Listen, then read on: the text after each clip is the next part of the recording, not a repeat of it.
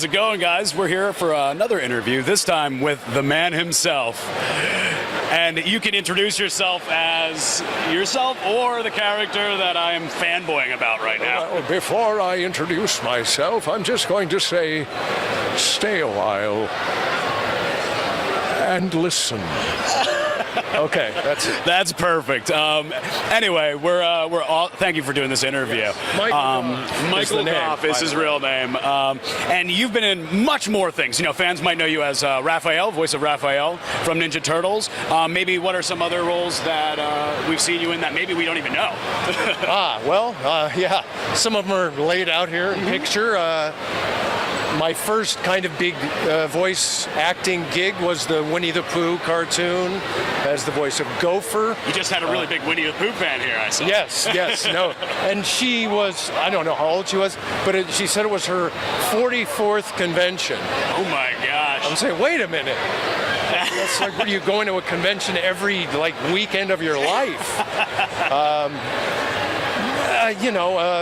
Other video games, Resident Evil 4, the Gears of War franchise, the Elder Scrolls Skyrim, the Shadow of Mordor and Shadow of War, cool. Batman, the Arkham Gordon, yep, I knew that one too.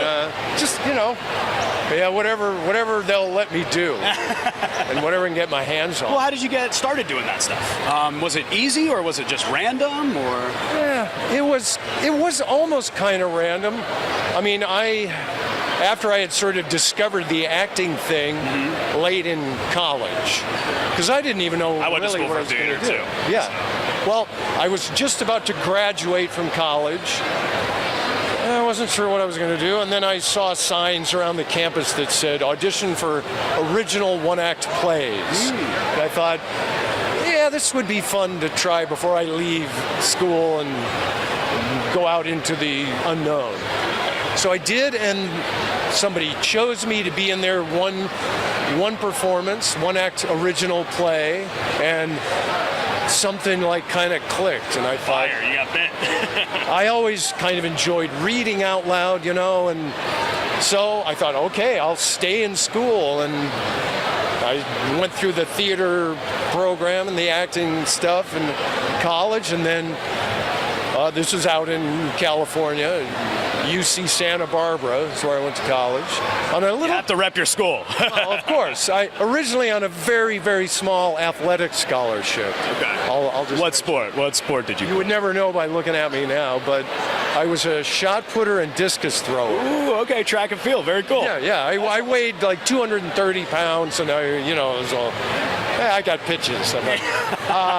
So then I moved to Los Angeles to try to do the acting thing.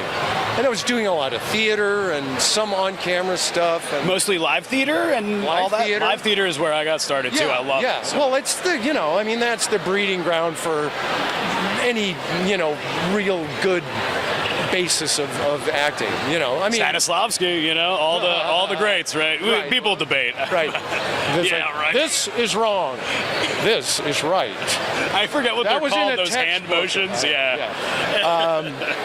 But then there's every form of acting has its own craft, including, of course, voice acting. And I took a class. It was something that I didn't really know much about. It was kind of in the back of my mind, but I always enjoyed reading out loud. And so I took a class, and that kind of pushed me forward, helped me get an agent, a voice acting agent, and that's sort of the path that ended up. Oh, okay. Well, in terms of the voice, the roles, do you just discover it as you go? I always wondered. I was like, what inspired the Deckard Cain? Because I do my own impression. I don't know. Do you want to rate it real quick? All right. Sure. Stay a while and listen. Greetings, traveler. You're quite a treasure in that Herodric cube. Oh my God, did you record me? And are you playing it back? So it's good, right? It's uncanny. That's very good. For those voices, though, do they come to you, or is it Well, that particular voice, I remember when I first auditioned for it, it was just sort of an offhand thing at the end of another session that I was doing for a company that was under the umbrella of Blizzard. It was And at that point, Blizzard was a lot smaller. And this was like educational software. Oh, okay.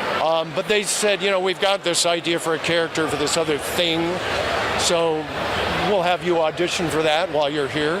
And they sort of mentioned, maybe something like an older Sean Connery was their template. So, so he just started.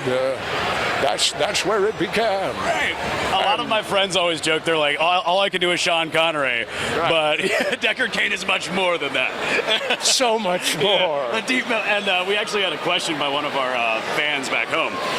How did it feel for the character to be killed by butterflies, was the question that we were going to ask you. Yeah, I think there should have been like a long, drawn-out deathbed scene or something. Well, you're back in Heroes of the Storm now. Well, that's true. I mean, and perhaps the spirit of Deckard Cain can live on and return as a ghost or anything that they. We're excited for Diablo 4. Listen, Blizz, we need it. I'm all for it. I'm with you. Awesome.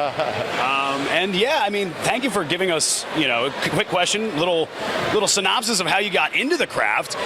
The last thing I guess I wanted to ask you about, is there any upcoming things that you're doing or things we should look forward to without spoiling anything? Well, yeah, I know there are a couple of things when I get back to LA. Yeah, I'm flying back tomorrow night. And it's weird. It's sort of an actor's thing that, when it's slow and there's not work, the best thing you can do is plan a trip, a vacation or a trip, because inevitably something will come up and you'll have to cancel your trip. You're always on call, effectively, right? Right.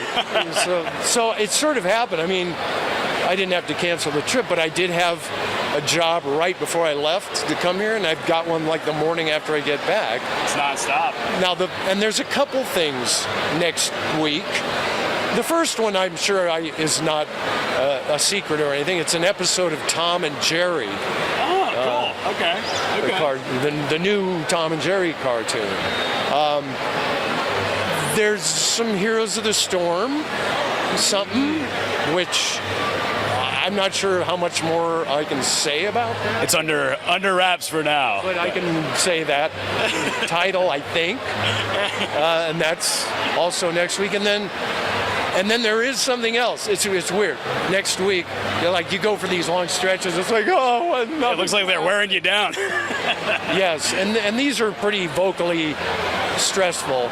Not the Tom and Jerry so much, but there's another thing on next Friday. I don't think I can mention it, but I'll just say it's part of a franchise that's been going for a while. Yeah. So. That I may or may not have been involved with before. Okay. So without spoiling anything, it's great. But anyway, Michael, thank you so much for talking with us. And again, Michael Gough with thedailyhero.net. And thank you so much.